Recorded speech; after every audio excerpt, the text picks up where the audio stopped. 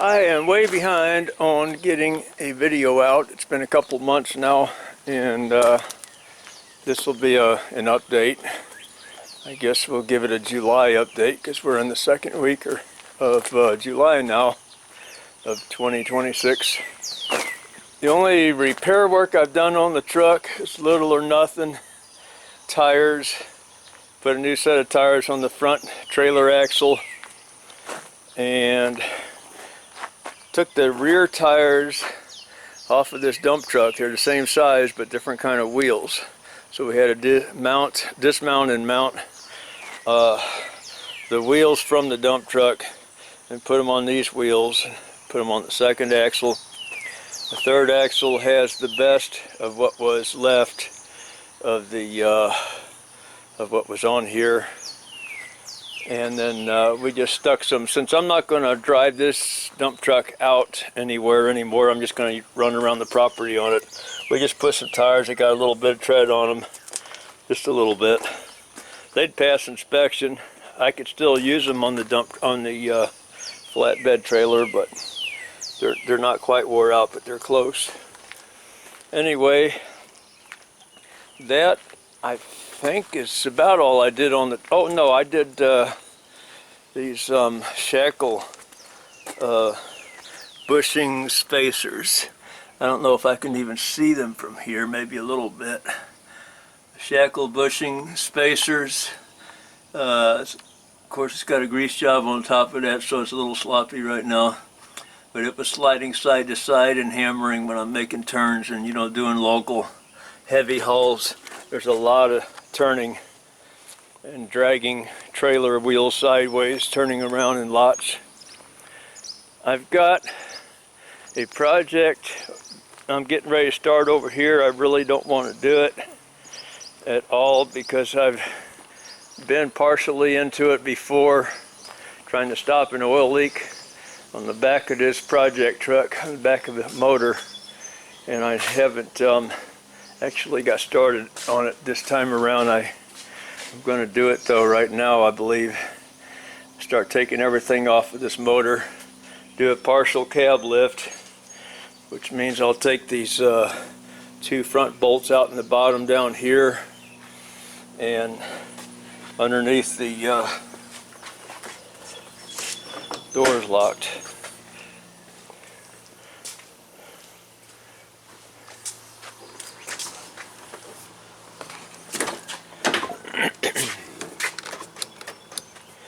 Underneath these floorboards in here, you got to pull this carpeting back.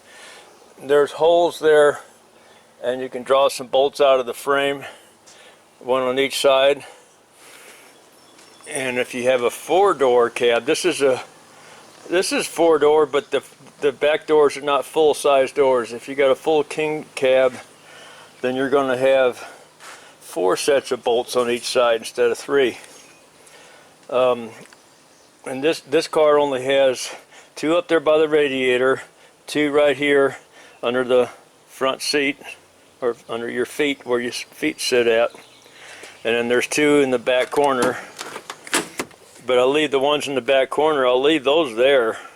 They'll just be a pivot point, because I'm going to jack up the cab, and that pivot point will just help keep everything in alignment, keep it from slipping out of place. When I go to set it down, I won't have to find the bolt holes. So that will give me an extra couple of inches of room to get to certain things that are extremely difficult to get to back there. Because this time I got to take a bunch of the motor off. Everything on the top of the motor, strip it down to the block just about, and except the heads. Everything's got to come off to get to the what they call the H-pop cover, and the intake manifold comes off, the turbo comes off, but just a bunch of stuff, and it's a big job. And so because that's the only place that's left that's leaking oil that I haven't been able to get to yet. Right there's an intake manifold off of a spare engine, and I'll show some other parts. There's a turbo pedestal.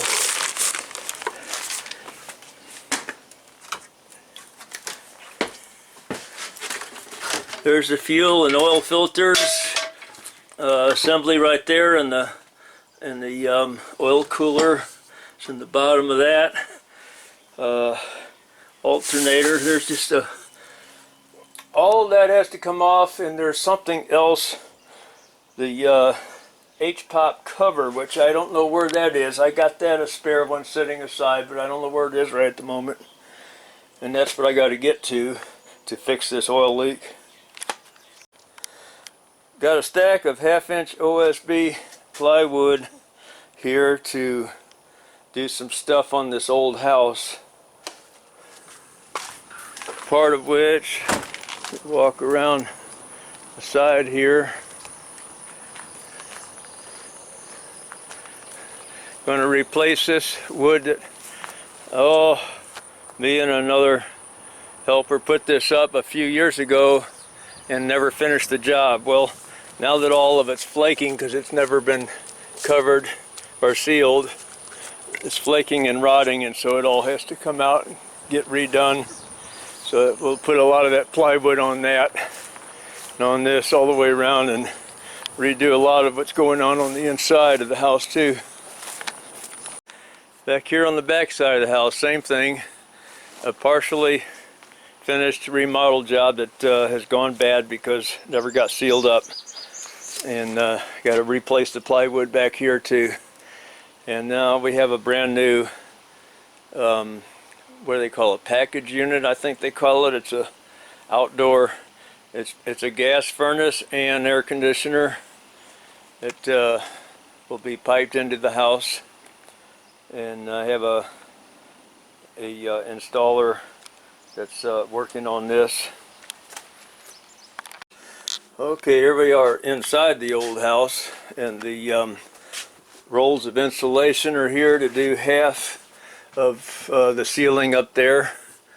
The helpers that were cleaning up the old insulation, I warned them about falling through. They had to learn it the hard way, so I have to fix it the hard way. In several places. They didn't fall through over here where we got plywood, OSB. But we had rot issues and water coming in. This back room extension, or add-on room, was leaking pretty bad. There's a lot of work to be done in this house, but started on the bathroom last fall and dropped it, didn't finish it, but it's waiting for me to get to it. But they've been running me pretty hard on my job, running me full-time, knowing I want part-time. Had to put a bigger electric box in. That one there didn't have enough spaces in it, so put a bigger one in with more spaces, so we can add this new circuit in for the air conditioner.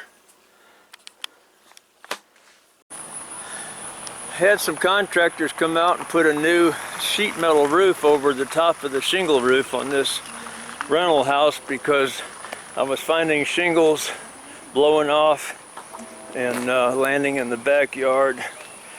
And while we were doing this, we added a little roof extension to the other corner. I had a carpenter friend of mine come out and do that.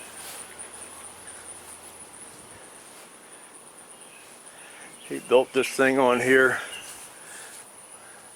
There's still some more touching up to do, and I didn't know Ugo was going to take the spare plywood and put it on the ground. It's a little expensive for that, but that's what he did. I didn't know he was going to do that. Well, I don't have time to go and buy concrete bricks to do that, but oh well. Back to this 2003 6.0 Power Stroke. There are a lot of videos done by people that have done this work several times before. They're more qualified than I am. I'm not going to videotape this. I might grab a little piece of video here and there on it. I'm not going to promise that. It's just well, here I am inside this motor, and I'm not going to do a video on how to do repairs on it yet, because I don't have enough experience to call myself qualified. I've done a few repairs on it that, yeah, I can call myself qualified for some, but you better go look at some of the more popular channels for more details on these. But anyway, the J-tube, which is this right here, goes on, it plugs into this. It's a snap to connect, or if you see that in writing, it's a what is it, STC, is that how they call it? Snap to connect, I think, is the abbreviation for that. It's like it's kind of like a shark bite, if you're familiar with plumbing, household plumbing, and you use a tool to put behind it that opens up the snap ring in there and lets you pull it off. And they sent me the wrong seal kit that has a seal for inside of here, and the gasket that goes around the bottom of the bottom of the cover, which is right there. They sent me the wrong kit. It's for the newer model, which has the same cover gasket but not the same seal, because it has a different pump. That's your high pressure oil pump. And then they also sent me this aluminum block, which I have not put in yet, but it goes in, if I can get myself up here, it goes in back here behind this aluminum wall in the back and this branch tube. You might just stick a screwdriver behind the branch tube and pull it out just a little bit to get this down in there. And that's an additional protection to keep a potential issue. If that J-tube should blow off of here, it's bolted on here, and if that should blow off, it's been known, is my understanding, to knock this branch tube against that aluminum wall in the back and break it. And so by having that space filled and making contact to the back, if that does blow off, it just blows the seal out. There's no impact of it hitting that back wall. It's already pressing against it, so there's really no impact to crack it. So all I can do is wait until the parts get here. I wanted to have this thing back together on the same weekend, but that's no longer an option, because I got the wrong part. Now I have to wait. It was Friday evening, and you can't buy the part over the weekend. You can order it, but can't buy it, can't have it. So I have to wait till it gets shipped here sometime in the middle of next week, or this coming week, and then I can get back on it. But I'll be working like 12-hour shifts on my day job, so I don't know when I'll get a chance to get back on this. It might not be until the weekend.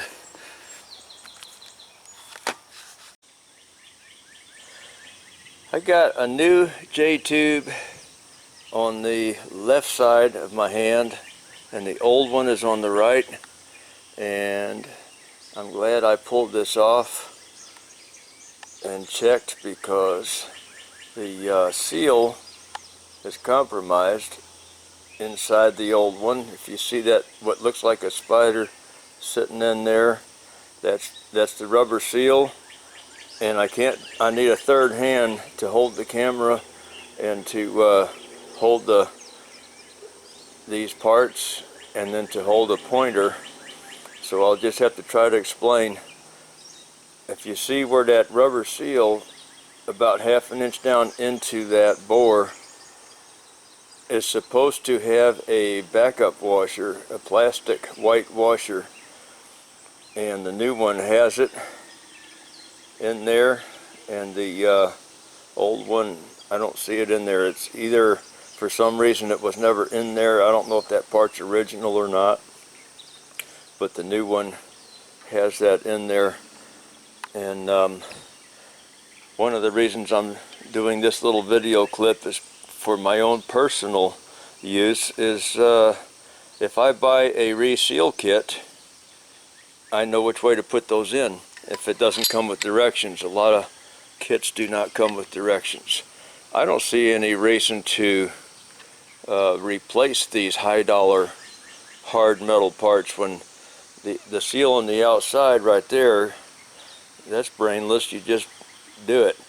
These, you need a little bit of a brain and a little bit of coordination and some little fine angled pick tools to replace those parts, but they don't look too challenging to me.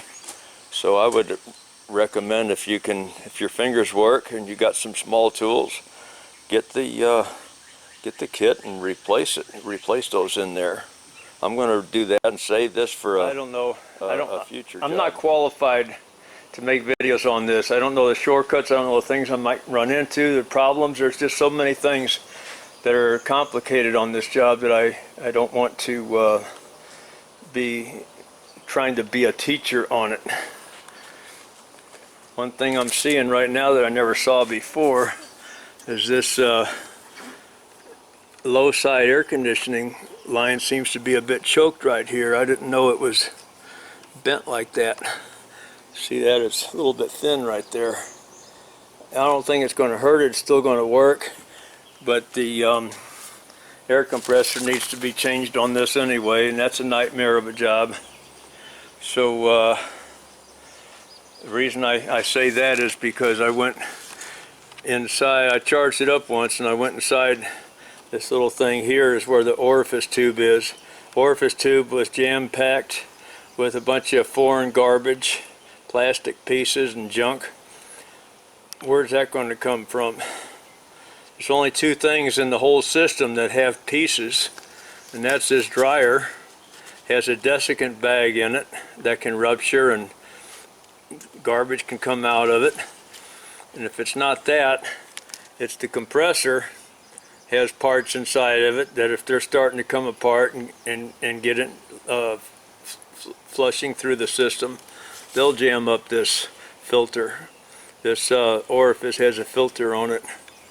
There's nothing else anywhere else that has little pieces that can get loose. So this is you always change this. Sorry about my mail there in my hand. You always change this when you're doing a major job on an air conditioner. This always gets changed. It's not that expensive of a part.